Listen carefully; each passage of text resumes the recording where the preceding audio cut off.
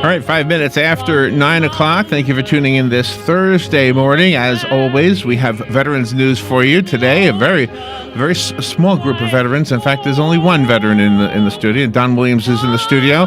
Hank Whittier and Gary Pascal not here. And I think Robin had a call earlier saying that they had something important to do. So Don is here, and Don is always here, but quite often doesn't say a whole lot on the air. So this morning we're going to get a chance to meet Don a little bit. And good morning, Don. How you doing?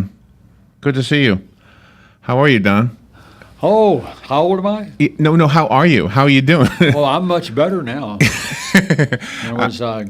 I completed all my projects which I was dedicated to when helping vets. Okay. I only lost 30 pounds during that process. And the projects were what kind of things were you doing? Oh, I made various items to be auctioned off or either for fundraisers. Okay. To help our projects. So the carvings that you do, the wood carvings? Yeah. Oh, for those who haven't seen Don's wood carvings, you are really a master at your craft. You are unbelievable. You're an artist, and I'm so glad that some people are recognizing that. I saw an article on you in one of the magazines, and I think that's really outstanding. Well, it's not me completely. The good Lord blessed me with that. See, isn't that typical of somebody with talent? Yeah. Well, I think you're right, but at the same time, I don't think God minds if we recognize that talent. I think that's a good thing. How long have you done that? How long have you been carving wood into? Do you mostly do birds, or do you do other animals? I do a little bit of everything. And so, how long have you been doing that? Oh, I guess if I go back when I was a kid, yeah, we were on a farm and seen all the older guys. You know, they had pocket knives and they whittled and everything else like that. Yeah. They'd made and it's because they were raised up to make their own toys and stuff like this. So, and then showed the kids how to do it. You know, so that was a form of entertainment they did. You are so good at it. So, and now you do like life-size carvings of blue herons and the white. What's the white bird called again? Is it called the egrets? The egrets, the snowy egrets. Yes. I've got we were our last the banquet we had for Vets Helping Vets and everything is like that, and the annual thing. One of the things there, we dedicated the scarlet. Every time I get to talking about it, it slips my mind. I remember years ago. You've been part of this show for a very long time. Yeah. And I remember years ago we went to the Silver River State Park, and we saw you leading a bunch of young Marines. Right. How long did you do the Young Marines program? 15 years. 15. Wow. And I taught the young Marine. We were the Rocky Chin from what's his town? Just dadgummit. So you used to the Young Marines was a program for who? Who was in the Young Marines? The Young Marines were students, and they were in the Young Marines because they had special needs, or they wanted to be in the military. What was there? It was created by the school board and active activities because it started after not World War II, but the Korean War, and the returners coming in, and they says, "Hey, we see all the Boy Scouts, Girl Scouts, and all these other organizations for youth, but there's none for Marines." And so they started it in 1958. So it was a way of helping youth who might, without any guidance, they might end up on the wrong side of the track, so to speak, right? Right. Yeah. And it's, in other words, that it was not everything we did was to education. And you served in the Marines yourself, right? Oh yeah. In Vietnam. Yep. How long were you in the Marines? Oh, let me see here. 26 years straight. Wow. And then 7 years in the active reserves. My goodness. And wow. And so it was quite an experience. They said I did such a good job in Vietnam. They tried to get me to extend for 6 months. And my unit was rotating.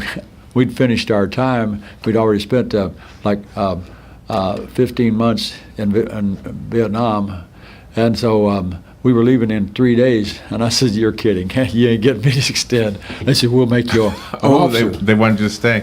So what were you doing? What was your job in Vietnam? I was a combat engineer. And what does that mean? What do you do as a combat engineer? We build things. We can build roads, Okay. bunkers, everything. You can tell. We can use helicopters, or in some cases, we even had guys that parachuted into areas. Oh wow! With chainsaws and everything else like that to make landing zones. Wow! Cut down the You trees. just don't realize everything you do. And mines, booby traps, and everything else like this. Wow! So there is a difference between engineers and support engineers and combat engineers. We carry rifles, and so we're. Okay. Some of them made a joke of it. Says, "Yeah, we're educated infantry." So you would actually cut down the brush and create landing areas, and you built roads also. Oh, these were trees and everything else like that. Not brush, trees. Right. Oh my goodness. And our particular unit was designed and built for trying to make a barrier to slow down or to stop the North Vietnamese troops from coming across the border into South Korea. I mean, South Vietnam. You're right. Yeah. Yeah, and so that was called the McNamara Barrier. And we who served over there would tell you, they named it right, but bankers shouldn't be combat engineers. And so we didn't like it because we figured a private in the rear rank knew more about it than that banker did. Oh, I bet you're right, yeah. And that was Mr. Johnson and his groups. And we didn't have a lot of love for that group. No, I bet you didn't. Yeah, because it cost us, and we lost people. Yeah. And I lost my medic, or corpsman, over there. And then I still stick with it. Matter of fact, I just on Christmas this year, I got a phone call from a friend of mine. His wife called and advised me that Jerry Mose Campbell. We went to Boone High School in Florida, and after that we were in the Marine Corps Reserves, and we went to Vietnam. And we served in Vietnam, and I mean, and we both started off as lower ranks. And when we finished up, Jerry and I retired from the Marine Corps as Master Sergeants, and then served the country in other things. Jerry went into the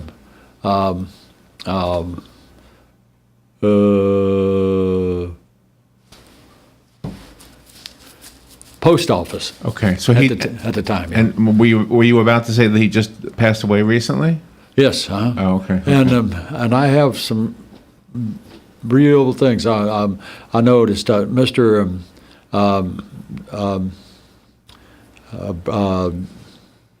Donald Trump. He said he was going to look into that situation, and as far as some of the things that went wrong in Vietnam. And Vietnam, and plus the jobs that some of the VA who was running it and everything, and how they were running it, wow, and how long it was. And in credit to you and to the Vets Helping Vets organization, I mean, we have a really good veterans community. Outstanding in Ocala. Yeah. Yeah, and I mean, the guys, Hank and the gentleman who passed away, Joe, what was his last name again? Joe. With the mustache?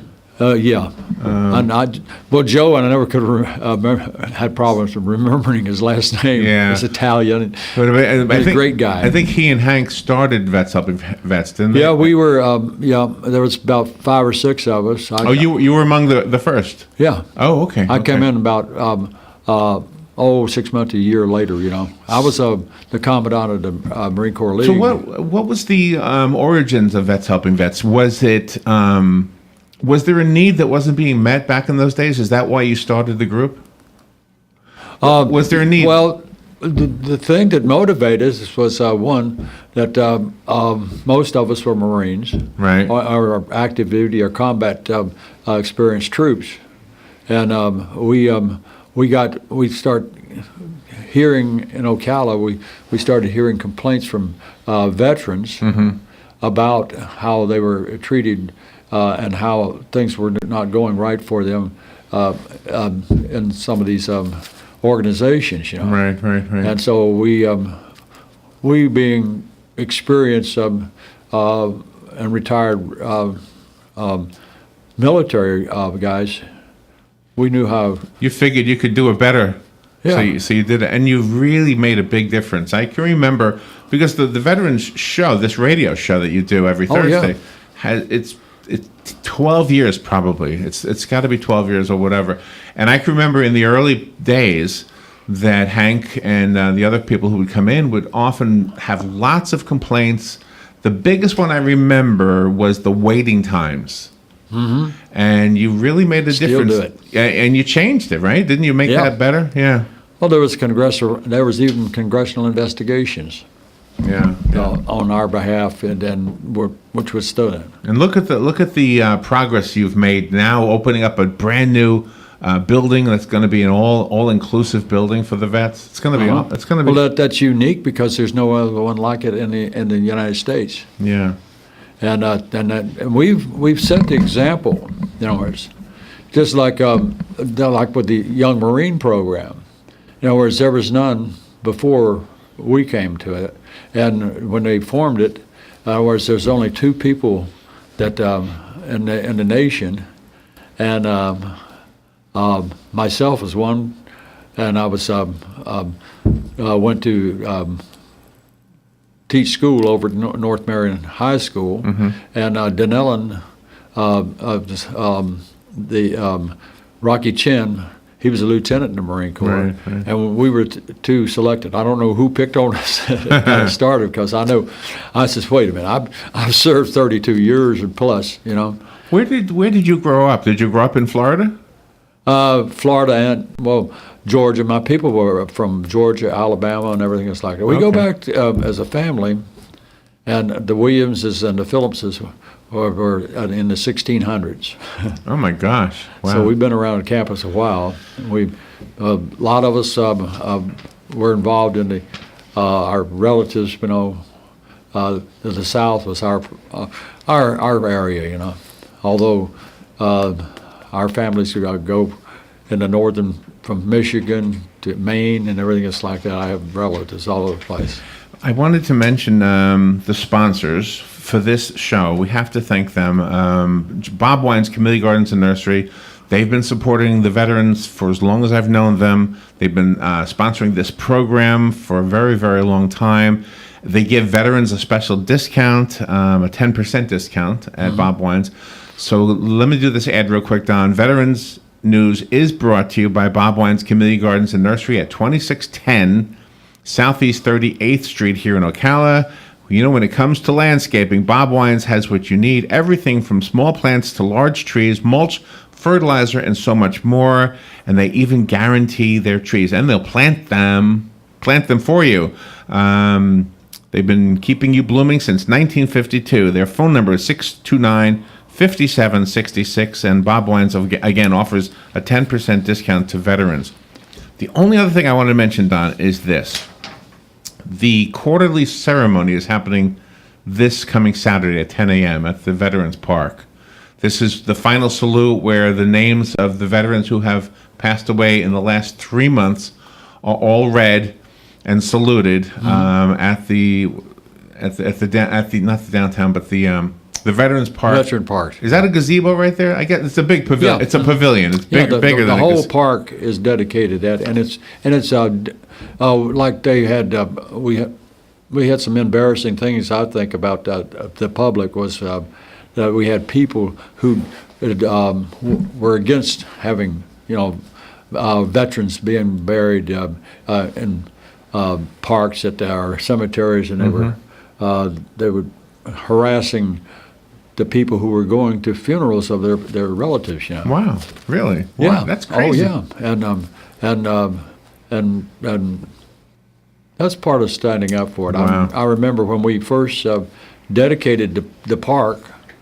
I took my unit of young Marines at North Marion High School, and we marched from the old Forest High School down to the park, and expected to see all this patriotism and everything like that. We got there, there was only 15 people there, and look what it's come to now. And it's because the people of the town and the radio station, the message got out. Yes. And this community is a veterans community. Sure is, yeah. And they sponsored us. They sponsored and helped build the Vets Helping Vets, and we became transporters of veterans who before veterans helping veterans got into this. They had to drive their own selves up to Gainesville, and we were there at the request of the doctors could somebody bring them up there so they could schedule their appointments and everything else like that, and it came from that. And with without the aid of WOCA, we wouldn't have probably got the word out, and the public responded, and as a result, that information went out, and people started coming into Florida, the veterans. Now we have, like year before last, it was 55,000 people in veterans. Yeah. Now there's 65,000. Is that right? Yeah. And the Veterans Park itself is really beautiful, and it's really one of a kind. Other communities are trying to duplicate that in any way they can. Who do we thank for that? Sounds like you were involved in the beginnings of that also. Who was the main? Who spearheaded that whole? Because what was that before? That was just a part of the parking lot next to the old what was there? Scotty's was there, I think, and before that, J.M. Fields was there, and so that part of the parking lot that became the Veterans Park, which I'm so glad of. But who do we thank? Is it Mr.? Oh gosh, what was the guy's name again? Oh, Robin, do you remember the man's name? I think Robin remembers the name. But you probably worked with him. He was one of the county commissioners. Do you remember his name? I could remember Kelly. Kurt Kelly? Yeah, and it was because, matter of fact, I had to go before him when I got into the school system. And they right. Then they got me into it, and which I enjoyed that. The challenge was there. Right. Oh my gosh. But there's a name of another man. I'm trying to think of his name. Robin, do you remember the name of the guy? Oh my gosh, his wife was the head of ARC. Remember? I know Robin remembers the name, but I don't think she hears me. But anyway, so now we have. I mean, things have changed so much because of the work you all have done. And I'm so glad to get a chance to talk to you. Quite often, you come in here, we don't even hear you. You hardly talk on the microphone when you come in here, but you're here every week. Well, I would pass messages. That's right. Right. You would pass messages. I sat here with a little pad of paper and sketch things, right? And if because you got say there are 5 or 6 people of us in here. Yeah. And you listen to the news over the radios and stuff like this, and so we related that information through WOCA to the public. Yeah, let me take a call. I think somebody's trying to help me out with the name I can't come up with. Good morning, you're on the air. Whoa. Oh my gosh, I can't even hear that. Let me try the other call. Good morning, you're on the air. Very cat. It was Tommy Needham. Thank you. I was just drawing a blank. I know Robin knows the name. And the other was Joe Alfano. You were trying to think of earlier. Thank you, Kathy. Okay, sure. Tommy, bye-bye. Tommy Needham and Joe Alfano. Oh, yeah. Kathy Cole just gave us the 2 names we were struggling with. Well, and plus, when General Howard. Right. Another He name. was he was a lot. Matter of fact, the people from Vets Helping Vets found the general up in Jacksonville. He was working at a job up there, Right, and then they encouraged him and got him here, and he's an outstanding man. And you got people like Gene Poole. Oh yeah, Made a big contribution to that. In fact, right. He's been supporting us. The community has supported us, because we did things that people already even thought about. It was the Veterans Court. That's another thing. Yes. And where that's the Judge McCune, right? Judge McCune. Yeah. Yeah. And give them a chance, not to have some wannabe. And plus, the gentleman, I forget his name, he's our veteran lawyer, and he's actively working on these. That's right, Rick. Yeah, Rick. Rick does the whole thing. Matter of fact, I was when I went up to Georgia to visit my relatives up there, and my daughters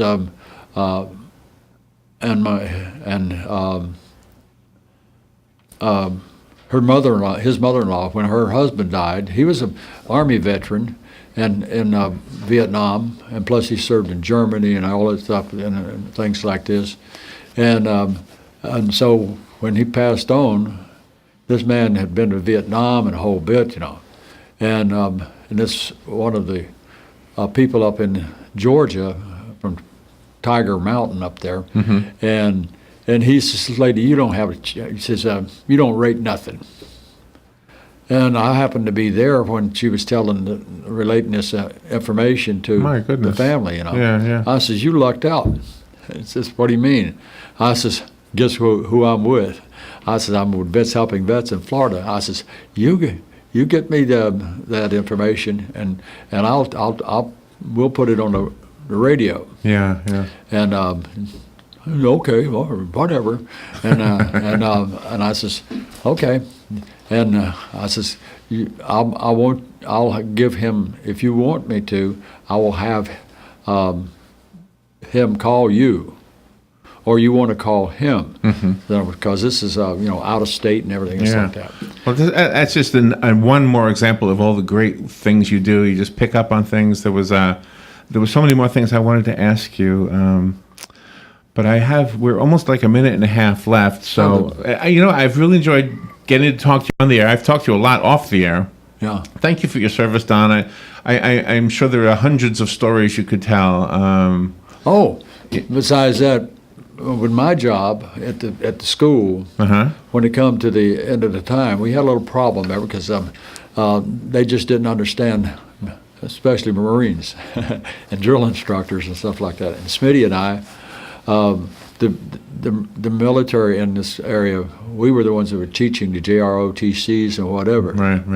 And in my case, in 2002, we actually took 19 kids from our young Marines, right, and North Marion High School. Right. We cleared all the permission. Wow, that's outstanding. There was a school break and everything. Don, we have to take a break. We want to thank Bob Wines Community Gardens and Nursery. Don Williams, what a pleasure to get to chat with you. I'm going to ask you to do me the honor of ending the show by saying, "God bless America." Ready? Go ahead. And God bless America, and that's a fact, because without him, we'd be lost.